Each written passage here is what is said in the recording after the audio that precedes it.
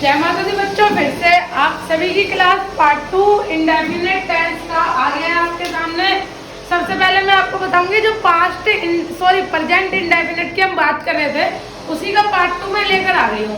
तो वीडियो को like comment share जरूर करना और आपको ज्यादा से ज्यादा शेयर करना जिससे कि ज्यादा से ज्यादा लोग इसका फायदा उठा सके। तो आप देख रहे हो प्रेजेंट इंडेफिनिट टेंस का पार्ट 2 हमारे पास आ गया है, पार्ट 2। और आप जुड़े हुए हो with JEC Jyoti English classes, Jyoti Prajapati के साथ।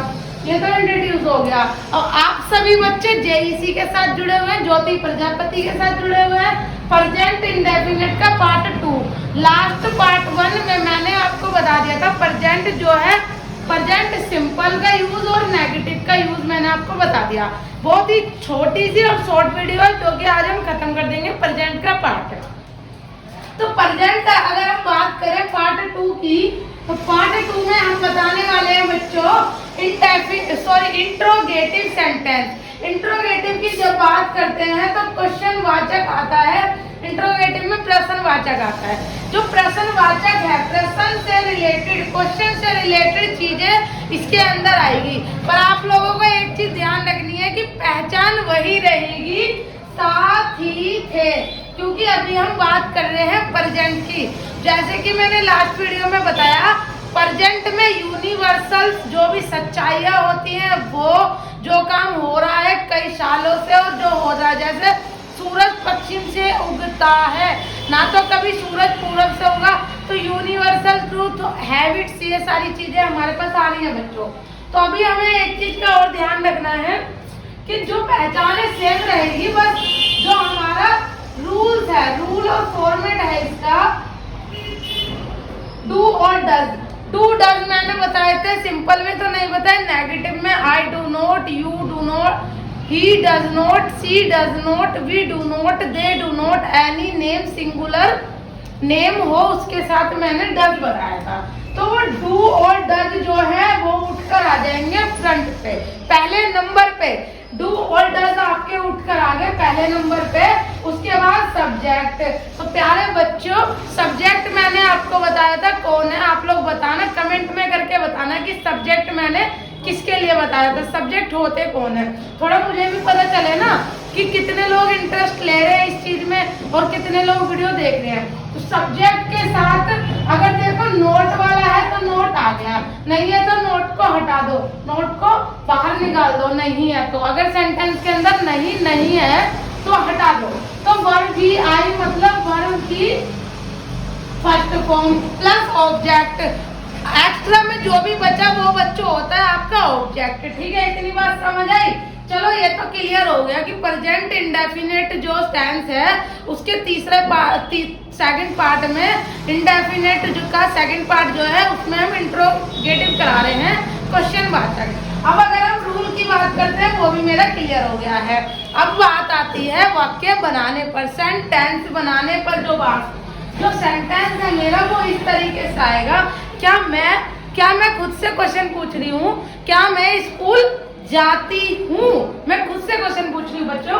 तो क्या मैं, अब आई के साथ डू, यू के साथ डू, ये सारी चीजें लास्ट क्लास में हो चुकी हैं, तो अब सभी को ट्रेंड हो गए, सभी को पता होगा किसके साथ क्या होगा, बस दिमाग में आया और फटाफट दनीशा आप लोगों ने इसके अंदर ऐड कर दिया, बस दिमाग में आने की देर है।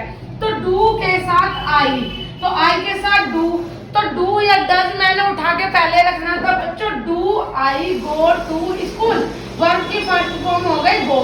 क्या मैं स्कूल जाती हूँ, पता कैसे चला, लास्ट में आपका क्वेश्चन मार्क आ गया। इस तरह के जो आपके सेंटेंस है वो इंट्रोगेटिव सेंटेंस होते हैं।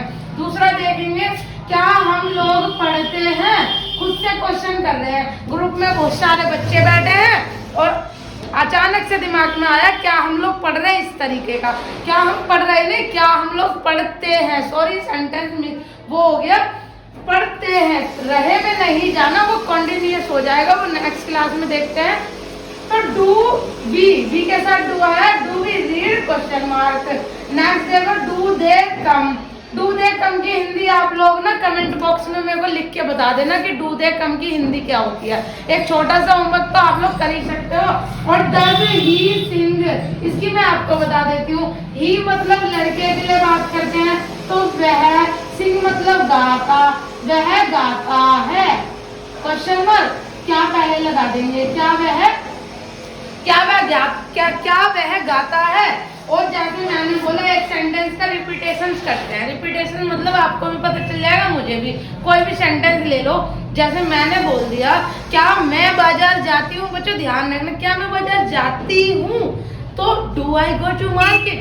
फिर मैंने बोला दूसरे से, क्या तुम बाजार जाते हो, do you go to market. फिर मैंने पूछा अपने से बगल वाली में जो बैठी है, क्या तुम बाजार जाती हो। अब मुझे पता चल रहा है कि वह लड़की है सी, तो सी के साथ डज लगा दिया मैंने। Does she go to school, लड़के से यही बात पूछी जाती है तो does he go to school. अगर मैंने सभी लोगों से पूछा, बहुत सारे लोग बैठे हैं, 2 से 4, सिंगुलर और प्लूरल, सिंगुलर एक और प्लूरल 2 से अधिक, 2 एक या 2 से अधिक, ठीक है। मैंने बोला वी गो टू स्कूल, क्या हम स्कूल जाते हैं। अब मैंने पूछा, सामने कोई मेरे पर्सन खड़ा है और किसी और को इशारा कर रही हूँ मैंने बोला वे स्कूल जाते हैं, वे, तो वे के लिए आप लगाओगे दे और उससे पहले do they go to school या गो टू मार्केट। और अगर मम्मी पापा यानी सिंगुलर पर्सन है तो उन सभी के लिए हम लगाएंगे डज, ठीक है। ये इतना आज कंप्लीट हो गया। इसके बाद एक चीज और ध्यान में रखनी है, इसका एक और है, देखो यहाँ पर देखो WH वाले क्वेश्चंस, WH वाले नेगेटिव क्वेश्चंस, जिसमें WH फैमिली आती है, व्हाट क्या वाले, कैसे वाले। तो एक बच्चे ने मुझे कमेंट करा है लास्ट क्लास वाली में कि दीदी आप ना मॉडल्स बता दो, तो हो सकता है मैं मॉडल्स जो है, मॉडल्स की क्लास मंडे तक कवर कर लूँ, मंडे में अपलोड हो जाए, संडे तक हो जाए, संडे में मतलब हो सकता है संडे में कर लूँ और फिर मंडे को मैं अपलोड कर दूँ। तो जिसने भी बच्चे ने मुझे कमेंट करा था वो मंडे तक एक बार चेक कर लेना, मॉडल्स की क्लास जरूर आएगी। आज के लिए इतना ही, क्योंकि आज ना शोर थोड़ा बाहर ज़्यादा है। आज के लिए इतना ही, फिर मिलेंगे हम नेक्स्ट क्लास में। बने रहे अपने चैनल के साथ, JEC के साथ, और लाइक कमेंट शेयर किए बिना नहीं।